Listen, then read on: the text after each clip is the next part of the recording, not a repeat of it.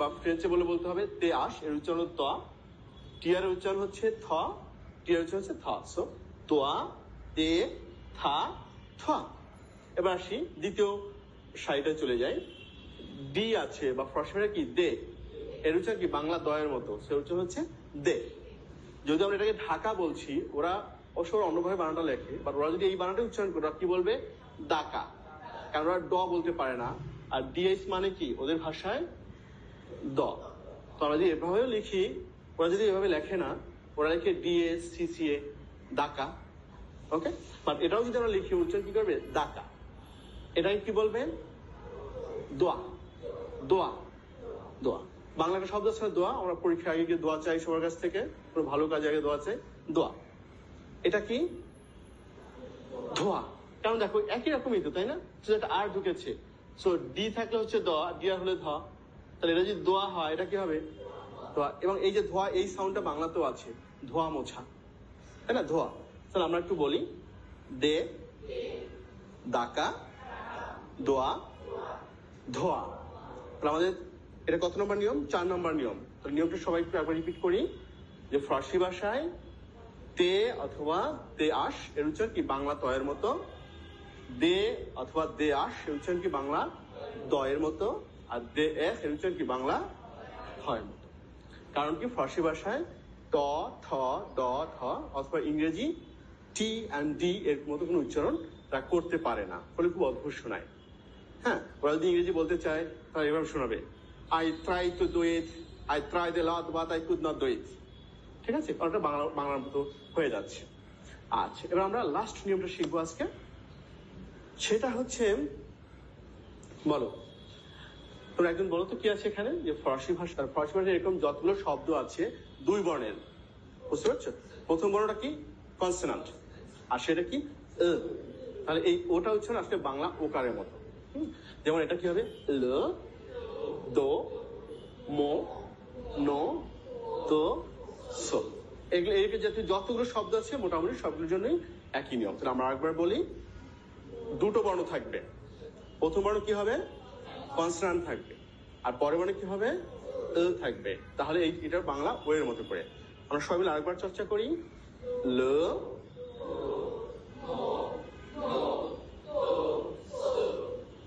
ওকে, ঠিক আছে। এই যে আজকে 5টি নিয়ম শিখলাম, এবার সেগুলো আমরা অ্যাপ্লিকেশন দেখবো, দেখি তোমরা ধরতে পারো কিনা বা তোদের মনে আছে কিনা। দেখো এখানে কয়েকটি বাচ্চা আছে, তারা কিছু একে অপরকে গ্রিট করছে।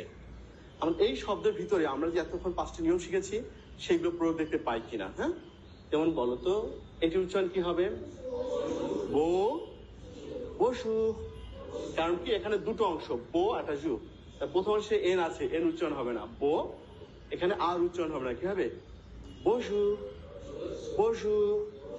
ফরাসি ভাষায় বসু মানে হলো হ্যালো, অথবা গুড মর্নিং, অথবা গুড ডে। অর্থাৎ সকালবেলা সূর্য ওঠার পর থেকে সন্ধ্যায় সূর্য ডোবার আগ পর্যন্ত যে কোনো সময় দেখা হলে আমরা বসু বলতে পারি। ঠিক আছে, সকালবেলা ঘুম থেকে সূর্য ওঠার পর থেকে সন্ধ্যাবেলা সূর্যাস্তের আগ পর্যন্ত দেখা হলে আমরা কি বলতে পারি বসু। তবে অবশ্য হ্যাঁ, যেমন আমরা বাংলায় বলি শুভ সকাল, শুভ বিকাল, শুভ সন্ধ্যা, কিন্তু শুভ বিকালের জন্য আলাদা শব্দ আছে, বাট এটি মোস্ট কমন। তারা একটি শব্দ ইউজ করে বোন আফ্রেমিদি, ওরা বলতে পারে, তুমিও বলতে পারো, বাট সাধারণত এটি কি এই সকাল থেকে সন্ধ্যা, সূর্যোদয় থেকে সূর্যাস্ত পর্যন্ত যে কোনো সময় বলা যায়। তাহলে এটা উচ্চারণ আমরা বলি বসু। এই বসু মানে হ্যালো, অথবা শুভ সকাল, অথবা শুভ দিন। ওকে, আচ্ছা। এবার একই রকম আরেকটি শব্দ আছে বো স, 2টি সিলেবল, তাই তো? প্রথম এনটা উচ্চারণ হবে না, বো, এখানে আর বাদ দিচ্ছি, বো সোয়া, বো সোয়া, বো সোয়া। বো সোয়া মানে হচ্ছে শুভ সন্ধ্যা। সবাই বলি বো সোয়া। প্রথমটা কি পড়েছি বসু, বসু, বসু, বসোয়া, বসোয়া। আচ্ছা, এরপরে এখানে আরেকটি শব্দ পাচ্ছি, এখানে একই সিলেবাস রিপিট হয়েছে 2 বার। প্রথমটা বলতে পারলে পরটি বলা যাবে, কি হয় বলতো কুকু, কুকু। আচ্ছা, কুর হচ্ছে যা ইনফর্মালি বন্ধু বা দোস্ত বলার জন্য ব্যবহার করে, এরা খুবই ঘনিষ্ঠ বন্ধুর সাথে ওরা বলে, খুব ইনফর্মাল, কুকু। আচ্ছা, এবার আরেকটি শব্দ আমরা পাচ্ছি, এ বলেছে, দেখো তো কি বলেছে বন, এই যে দ্বিতীয় সূত্র, ই থাকলে এর পর উচ্চারিত হবে, আমরা কি বলবো এটাকে? বন। একই সূত্র এখানে, এই যে এটা থাকার জন্য উচ্চারিত হবে জুখনে, বন জুখনে। বলো বন জুখনে, বন জুখনে। সাধারণত মনে করো তোমার সাথে কারো দেখা হয়েছে সকালবেলা, তুমি বিদায় নিচ্ছ, তুমি বিদায় তো সম্ভাষণ অনেকভাবেই বলা যায়। একটি হচ্ছে বন যুগনে। এই বন যুগের মানে হলো আপনার দিনটি ভালো কাটুক, আর তুমি এখন চলে যাচ্ছ, তো বাকি দিনটি ভালো কাটুক, বন জুখনে। আর বলো বন জুখনে। ওকে, তাহলে আমরা কি চারটি পড়লাম? কি চারটি পড়েছি? প্রথমটি পড়েছি বসু, বসোয়া, কুকু, বন জুখনে। সহজ না? ওকে, এখানে আরেকটি শব্দ আছে, দেখো তো, সালু। সালু মানে হচ্ছে হাই। এটা ইনফর্মাল, যার সাথে আমার রেসপেক্টের সম্পর্ক, যেমন তোমার চেয়ে বয়স্ক ব্যক্তি, তোমার শিক্ষক, ডাক্তার, একজন যে কোনো একজন মানি বা জ্ঞানী ব্যক্তি, যার সাথে কি কখনো আমি তুই বা তুমি সব ব্যবহার করি না, তাকে আমরা কি বলবো? সালু বলা যাবে? যাবে না, তাকে কি বলতে হবে? বসু। তো সালু কাছে বলা যাবে? আমার ছোট ভাই, আমার বন্ধু, আমার পরিবারের সদস্য, যার সাথে আমার কি তুমি তুমি সম্পর্ক আছে।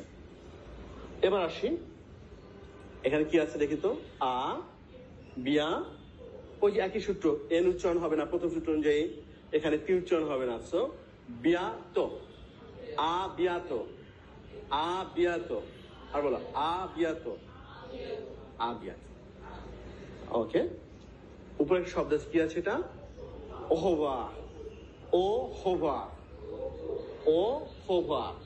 ওহবা মানে হচ্ছে আবার দেখা হবে। তবে ওহবার শব্দ উচ্চারণটা নিয়ে অনেক ভিন্নতা দেখা যায়। কেউ অহবা বলে, কেউ অভা, বা সঠিক উচ্চারণ হচ্ছে ওহবা, বাট তুমি দুটোই পাবে।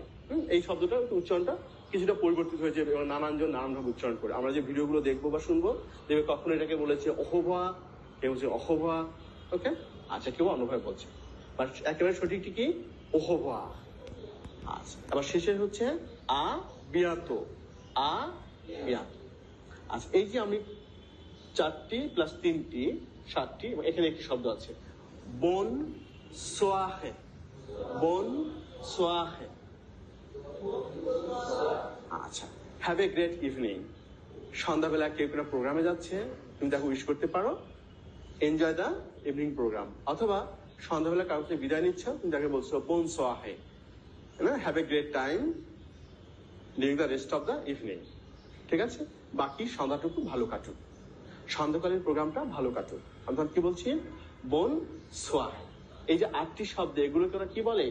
লে সালুতাসিও। সালুতাসিও মানে হচ্ছে গ্রিটিংস, সম্ভাষণ, তাই তো? কারোর সাথে দেখা হলে আমরা কি বলি? বিদায়ের সময় আমরা কি বলি? তাহলে আমরা আজকে এখানে আটটি শিখলাম, এবং আরো আছে, বাট এগুলো হচ্ছে মোস্ট কমন। আমি আরো কয়েকটি